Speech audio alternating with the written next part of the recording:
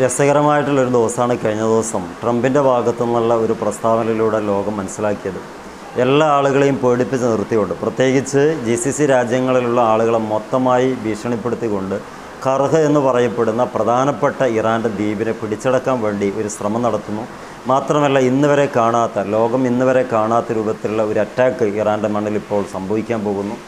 അതോടുകൂടെ ആ ദ്വീപ് മുഴുവൻ ഉത്തരവാദിത്തങ്ങളും നിയന്ത്രണങ്ങളും നമ്മൾ ഏറ്റെടുക്കുകയും അവിടുന്ന് കോടിക്കണക്കിന് ബാരലുകൾ ക്രൂഡ് ഓയിലുകൾ ഞങ്ങളുടെ രാജ്യത്തേക്ക് കൊണ്ടുവരുമെന്നൊക്കെ പറഞ്ഞ് വീമ്പളക്കി പോയ ഒരാളുണ്ട്. ലോക പോലീസ് എന്നൊക്കെയാണ് ആ മനുഷ്യനെക്കുറിച്ച് പറയാറുള്ളത്.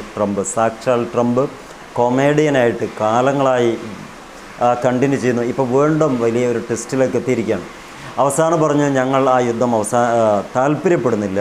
എല്ലാ ആളുകളും ഞങ്ങളെ വിളിച്ചു വലിയ പ്രയാസങ്ങളും പ്രതിസന്ധികളും അതേപോലെ തന്നെ ഈ കരാറിൽ ഒപ്പിടാൻ വേണ്ടി സമ്മതവും നൽകിയിരിക്കുന്നു.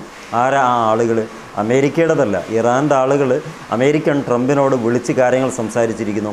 ഉന്നതതല ആളുകളൊക്കെയാണ്. അതുകൊണ്ട് തന്നെ അവരെ ഞാൻ മാനിക്കുന്നു, വിശ്വസിക്കുന്നു.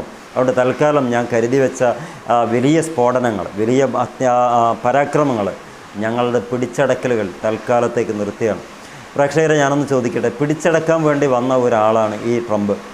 ആ മേഖല ഒക്കെ അരക്ഷിതാവസ്ഥയിലാണ്. GCC രാജ്യങ്ങൾക്ക് മൊത്തമായൊരു സമാധാനം ഉണ്ടാക്കി കൊടുക്കാൻ വേണ്ടി എല്ലാ അട്ടിപ്പേർ അവകാശവും നേടിയെടുത്ത് അല്ലെങ്കിൽ അവകാശപ്പെട്ടുകൊണ്ട് വന്ന ഈ ട്രംപ് നാൾ ഓരോ കാര്യങ്ങൾ മാറ്റിപ്പറയുമ്പോൾ ആദ്യമായി നമ്മളൊരു കാര്യം ഓർക്കേണ്ടതാണ്. 4 ദിവസം കൊണ്ട് GCCയുടെ എല്ലാ ഭാവിയും നമ്മൾ സുഭദ്രമാക്കും, വളരെ ഭംഗിയാക്കും. കാരണം ഞങ്ങൾ 4 ദിവസം കൊണ്ട് ഇറാനികളെ കീഴ്പ്പെടുത്തി പുതിയൊരു സർക്കാരിനെ അവിടെ സ്ഥാപിക്കാൻ പോവുകയാണ്. 4 മാസം കഴിഞ്ഞിട്ട് അത് സാധിച്ചിട്ടില്ല. ഇന്നലെ പിന്നെ അവസാനം ഒരു വാക്കുകൂടി പ്രഖ്യാപിച്ചു, അതും പിൻവലിക്കേണ്ടി വന്നു. ശരിക്കും ഇദ്ദേഹം ചെയ്യുന്നത് ഒരു ഡ്രാമയാണ്. കാരണം മാർക്കറ്റിൽ അഥവാ ഓഹരി വിപണിയിൽ നല്ല രൂപത്തിൽ അവർക്ക് പ്രോഫിറ്റ് എടുക്കാൻ വേണ്ടിയും മറ്റു രൂപത്തിൽ ഒരുപാട് കളങ്കപ്പെടുത്തുന്ന കാര്യങ്ങളൊക്കെ ഒളിച്ചു കടത്താൻ വേണ്ടിയിട്ടുള്ള ശ്രമമാണ് ചെയ്യുന്നുകൊണ്ടിരിക്കുന്നത്. ഇപ്പം എന്താ ഉണ്ടായത്? അമേരിക്ക ഇറാൻ്റെ കാല് പിടിച്ചിരിക്കുകയാണ്. അമേരിക്ക പറഞ്ഞു, നിങ്ങൾ അറ്റാക്ക് ചെയ്യേണ്ട, നമ്മൾ തൽക്കാലം ഇത് അവസാനിപ്പിക്കുകയാണ്. അതാരും പറയാൻ വരുന്നുമില്ല. എന്നാൽ ഇറാൻ്റെ പ്രധാനപ്പെട്ട കാര്യങ്ങളൊന്നും എടുത്തു നോക്കിയാൽ പറയാൻ പറ്റുന്നത്, ഇറാൻ്റെ ഏറ്റവും പ്രധാനപ്പെട്ട വെബ്സൈറ്റുകൾ എടുത്തു നോക്കിയാൽ പറയാൻ പറ്റും. അവരിൽ പലരും നമ്മളെ കോൺടാക്റ്റ് ചെയ്തിരുന്നു. നിങ്ങൾ യുദ്ധത്തിനില്ല, ഞങ്ങളും യുദ്ധത്തിനില്ല. നിങ്ങൾ യുദ്ധത്തിനുണ്ടോ എന്നാൽ ഞങ്ങളും യുദ്ധത്തിനുണ്ട്. ഇങ്ങനെ പറഞ്ഞു പോകുന്ന രീതിയാണ് നമ്മളവിടെ കണ്ടത്. അപ്പോൾ ഇനിയും കാര്യങ്ങളൊക്കെ വ്യക്തത വരാനുണ്ട്.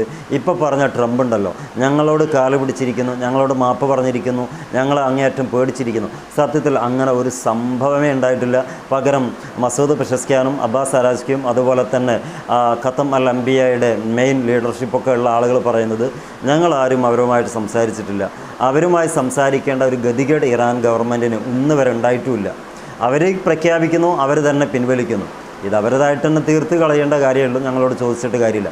പക്ഷെ ഒരു കാര്യം ഉറപ്പാണ്, ഇറാനികൾ ചെറിയവരല്ല. അപ്പോൾ കാണുമ്പം പല വ്യത്യസ്തങ്ങളായിട്ടുള്ള മുഖഭാവത്തോടെ കാണും.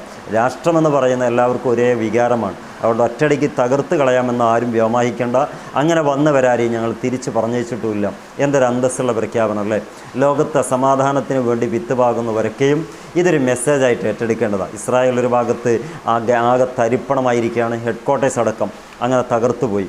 നെക്സ്റ്റ് അമേരിക്കയാണെങ്കിൽ മുവാഫിഖ് എന്ന് പറയപ്പെടുന്ന ജോർദാനിലെ വിമാനത്താവളം, അല്ലെങ്കിൽ അമേരിക്കയുടെ ഏറ്റവും പ്രധാനപ്പെട്ട താവളം, അവിടെയുള്ള F-35, X-16, F-16 and 15 ഇത്രയും പ്രധാനപ്പെട്ട വിമാന ആങ്കറുകളും അതേപോലെ തന്നെ ഏറ്റവും പ്രധാനപ്പെട്ട റഡാറുകളെയും തകർത്ത് തരിപ്പണമാക്കി. ബില്യൺ കണക്കിന് ഡോളറുകളുടെ നഷ്ടം ഒരൊറ്റ രാത്രി കൊണ്ട് ഇറാന് സാധിപ്പിച്ച് കൊടുക്കാൻ പറ്റിയിട്ടുണ്ടെങ്കിൽ ഇറാനികൾ ചെറുതല്ല എന്ന് ലോകം അംഗീകരിക്കേണ്ടി വന്നു. ലോകത്തിൻ്റെ പോലീസ് എന്ന് പറയുന്നത് തൽക്കാലം അമേരിക്കയുടെ കയ്യിൽ നിന്ന് ഇറാന് വാങ്ങിക്കൊടുക്കേണ്ട എല്ലാ ക്വാളിറ്റിയും ഇറാൻ തെളിയിച്ച് കഴിഞ്ഞിട്ടുണ്ട്. കാത്തിരിക്കാം പുതിയ വിശേഷമായിട്ട്. അപ്പോൾ ട്രംപിൻ്റെ നുണകൾക്ക് പിന്നാലെ പോകുന്നതിന് പകരം ഇറാനികൾ അഭിമാനമുള്ളവരാണെന്ന് മനസ്സിലാക്കാം.